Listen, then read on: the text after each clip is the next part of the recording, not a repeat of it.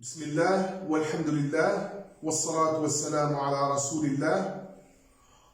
Au nom d'Allah, louange à lui, et prière et salut sur son messager. Je vous souhaite à tous un bon Ramadan plein de piété et de droiture. Mes frères et sœurs, musulmans et non musulmans, assalamu alaikum. Bonjour, je me présente, Hadjan Tahar, enseignant universitaire, écrivain en histoire de la révolution algérienne et imam. Je dirige les prières du vendredi. Je prépare au fur et à mesure une série de vidéos explicatif de l'islam, destiné à vous, frères et sœurs, musulmans et non musulmans, francophones. Et ce premier numéro concerne une approche maximale et complète fondée sur les objectifs supérieurs de la jurisprudence islamique, en statuant la promotion du bien et la minimisation du mal. Donc déjà, on commence à comprendre que l'islam est ici pour promouvoir le bien et minimiser le mal. Et pour commencer, donc on doit comprendre, on doit définir le mot islam et aussi comprendre à ce qu'il répond comme objectif. Et pour ça, on sait que la vie humaine est entre ce qui est obligatoire, nécessaire ou supplémentaire. Et ces points-là constituent ensemble les intérêts des êtres humains. Et l'islam travaille sur ça. On a 5 orientations les plus hautes et universelles que la charia. La charia, c'est l'ensemble des lois islamiques que la charia vise à protéger et qui définissent la voie de l'islam et son sens. C'est-à-dire, l'islam donne un sens à la vie. Ces 5 orientations, que j'appelle aussi finalités, sont la religion. La religion, c'est le lien du bon créateur, d'Allah, le bon créateur, avec les êtres humains. Donc, il faut protéger ce lien-là. Et aussi, protéger la vie humaine. Cette vie qui est devenue, ces temps-ci, sans valeur. L'islam vient pour la protéger.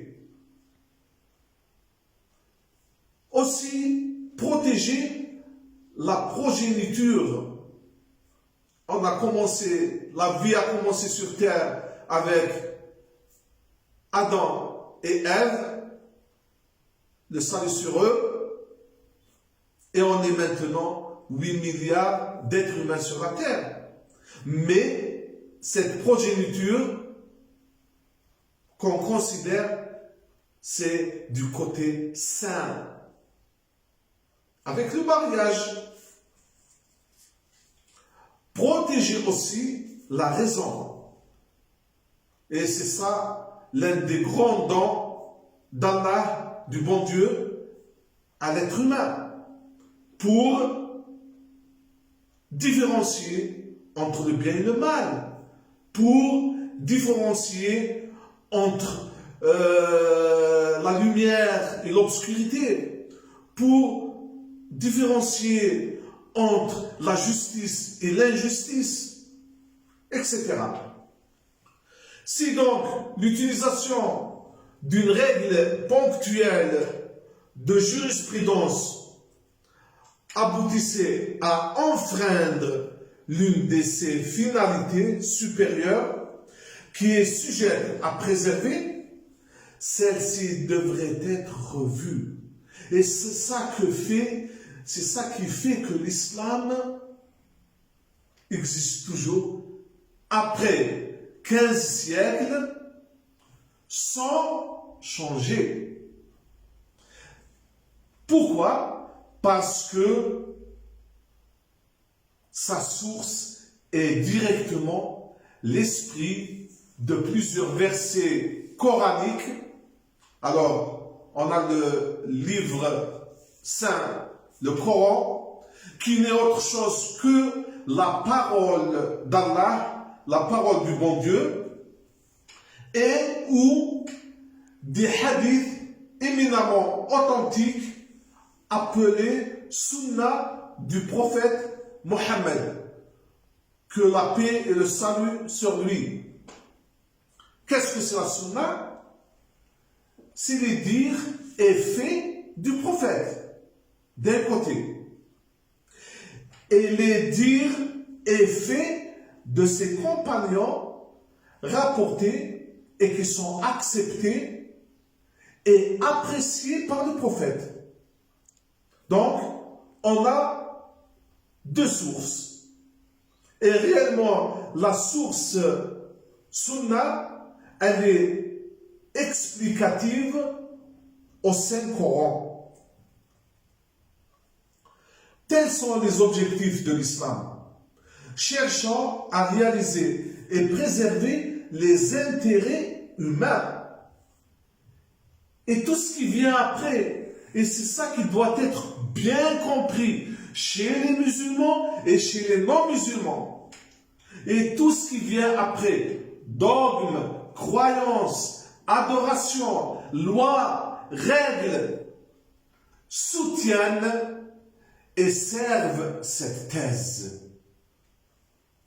Alors on voit bien que l'intérêt humain est réellement à la première place de l'islam. Et on doit savoir aussi que ces objectifs ou finalités sont égaux. Mais on peut avancer les uns des autres selon la situation, selon la réalité de la vie, selon le besoin. Mais l'essentiel, ils sont tous complémentaires. Donc, comprendre l'islam, c'est comprendre ses finalités et le dynamisme caractérisant jurisprudence islamique qui doit prendre en considération et opérer une double médiation du texte divin et la sunna d'un côté et du contexte humain de l'autre, avec une souplesse et de la modération. Et je le redis, mes frères et sœurs, musulmans et non musulmans, que cette souplesse et cette modération, c'est à eux deux qui font que l'islam est toujours là, après 15 siècles, sans aucun changement. Maintenant, comprenons les bases essentielles de cet islam. Deux questions peuvent être posées. Oui, on est obligé, vu la situation actuelle des musulmans, que dommage les non-musulmans qui ont, je dis bien, qui ont une intention agressive contre l'islam, utilisent cette situation pour promulguer des idées fausses sur l'islam et même des actions. Donc ces questions sont: pourquoi le monde islamique sombre dans la décadence? Deuxième question, est-ce que le monde occidental travaille pour l'intérêt de l'être humain? Les réponses détaillées à ces deux questions, on les verra au fur et à mesure de la sortie de ces vidéos. Mais une réponse rapide et simple est, premièrement, c'est causé par notre éloignement persistant des principes de l'islam. Deuxièmement, la dépendance illimitée et sans restriction au désir et au plaisir de la vie, c'est-à-dire à la vie non saine, sans tenir compte de notre croyance en l'au-delà. Et enfin, troisièmement, la grande perte du savoir et de la concertation. Donc, mes chers frères et sœurs musulmans et non musulmans, pratiquez l'islam réellement dans le respect des visées générales de la législation islamique. Ainsi, la fidélité aux objectifs de la religion est une condition première. Et on doit donc revoir les textes et connaître la réalité. Je vous souhaite à tous un bon Ramadan, plein de piété et de droiture, et qu'Allah nous guide vers le droit chemin. Je vous remercie de participer à la diffusion de ces vidéos. Salam.